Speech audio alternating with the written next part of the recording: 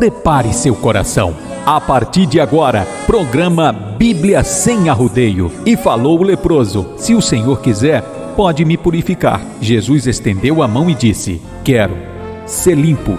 E ele foi curado. A palavra de Deus de forma simples e objetiva. Como Jesus é, sem arrodeio. Como a Bíblia é, sem arrodeio. Comunicação, irmão Gilvan Silva. Dia a dia Cristo está comigo, me dá paz no meio do terror. Meu querido irmão, minha querida irmã, a paz do Senhor Jesus.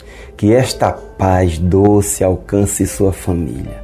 Sou o irmão Gilvan Silva e este é o programa Bíblia Sem Arrodeio, o nosso encontro diário e amigo, cujo assunto é as Escrituras Sagradas tratadas de forma objetiva, clara e sem arrodeio. Muito obrigado pela sua audiência, também pelo seu carinho, e continuemos firmes, nos edificando em orações. O objetivo do programa Bíblia Sem Arrodeio é nos incentivar a ler a Bíblia todos os dias e sem falhar. Que daqui a 10 anos, 20 anos, se ainda estivermos por aqui, possamos dizer alegres: faz 10 anos, 20 anos, que graças ao Senhor não passei um dia sequer sem ler a Bíblia. E a leio completa a cada ano. Que bênção, não é? Hoje comentarei Gênesis capítulo 13. Este capítulo registra a saída de Abrão e de Ló do Egito, ambos ricos, a separação de Abrão e Ló, a maturidade de Abrão e o critério infeliz de escolha de Ló, e no final do capítulo, mais um encontro de Deus com Abrão, onde reforçou a promessa de dar aquela terra para a sua posteridade e mais uma vez, glória a Deus, Abrão levantou um altar ao Senhor. Este tinha compromisso, viu? Gênesis 13, do 1 ao 4.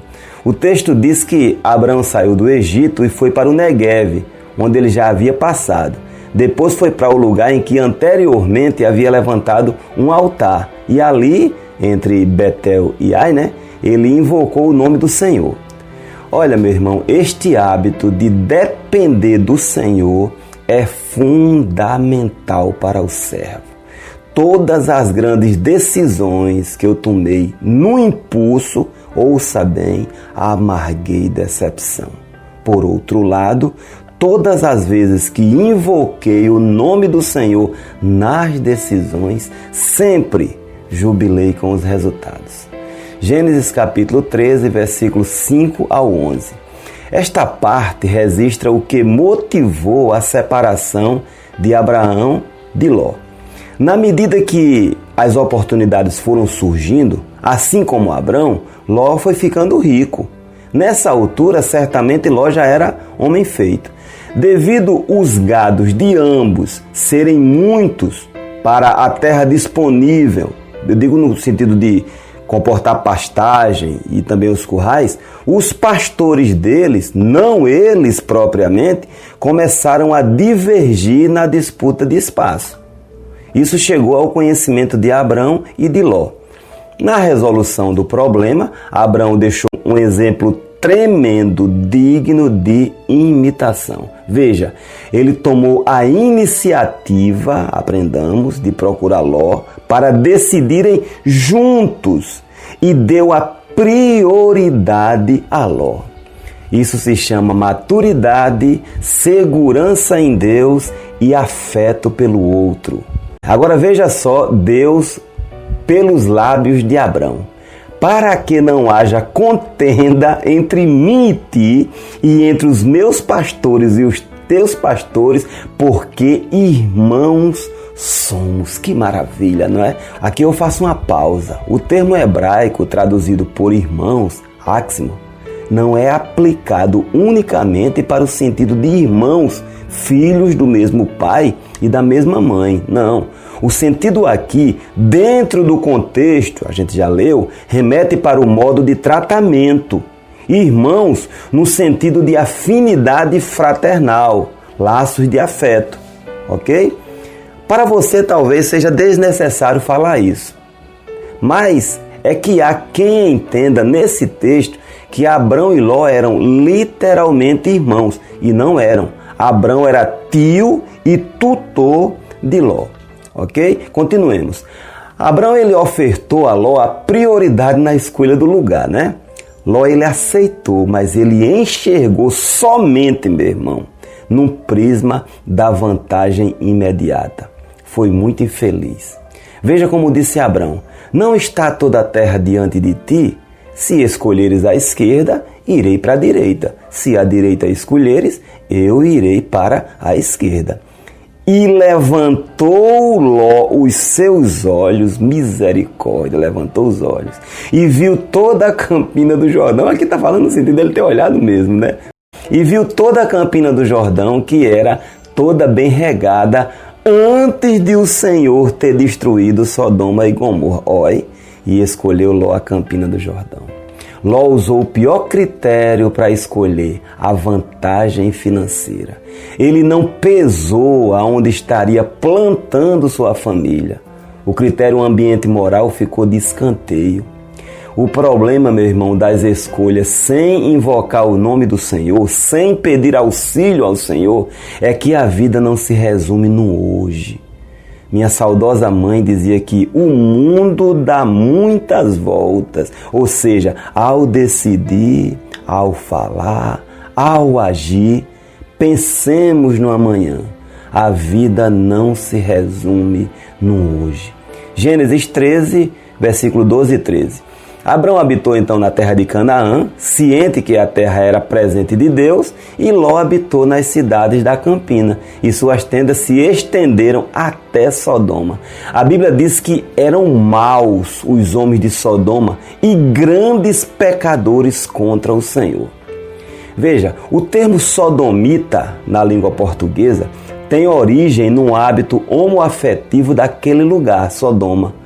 Quando Paulo fala em 1 Coríntios 6,10, efeminados e sodomitas, naquele contexto, a sua intenção é fazer distinção entre efeminados, se referindo à homoafetividade passiva, e sodomita como sendo a parte ativa da homoafetividade. Gênesis 13, versículo 14 a 18. Nessa passagem, a gente tem mais um encontro do Senhor com Abrão. Depois que Ló se apartou dele, o Senhor veio e lhe disse: levanta os teus olhos, ou seja, vê, olha, e olha desde onde estás para todos os lados, norte, sul, leste, oeste. Toda esta terra que você vê, eu darei a você e a sua semente para sempre. Ali foi a confirmação da promessa. Deus é assim, meu irmão, quando a gente está esquentando os miolos, a cuca, sabe? Ele chega, ele nos anima e, por vezes, ainda oferta uns mimos para a gente ir driblando os entreveros da batalha. Mesmo Abraão ainda sem filhos, meu irmão, Deus reforçou que a promessa de pai de grandes nações que havia lhe feito estava de pé. A palavra de Deus nunca falha. Escute, se Deus falou é tiro e queda. Se não foi Deus que falou, foi soberba do profeta entre aspas, e a palavra do soberbo, ela jamais vai se cumprir. Assim diz a Bíblia. Ora, se Deus resiste ao soberbo, quando a palavra do soberbo vai se cumprir? Nunca. Um tiquinho de prudência, viu, meu irmão, minha irmã? Assim como canja de galinha, não faz mal a ninguém. Usar o nome de Deus tem que ter cuidado. Moisés usou uma hipérbole, um exagero de expressão no trecho seguinte, quando ele disse, no caso Deus diria: farei a tua semente como o pó da terra, de maneira que se alguém puder contar o pó da terra, também a tua semente será contada. Como se trata de figura de linguagem, não entendamos literalmente como se a descendência de Abrão correspondesse algum dia à quantidade de grãos de areia que há na terra. Não é isso. Moisés usou uma hipérbole, expressão exagerada. Veja, quando a senhora diz: menino, pare de aperrear, senão eu vou lhe matar. A senhora não vai matar sua bençãozinha, né? Então, exagero de expressão. O texto encerra dizendo que Abrão edificou ali um altar ao Senhor. Que maravilha, não é? Aprendamos, meu irmão, com o nosso querido Abrão. E oremos. Meu amado Senhor, muito obrigado por mais este programa. Abençoa o querido ouvinte e a querida ouvinte e nos dá sensibilidade à Tua palavra e ao Teu Espírito Santo. Amém. Dia a dia Cristo está comigo, me dá paz no meio do terror.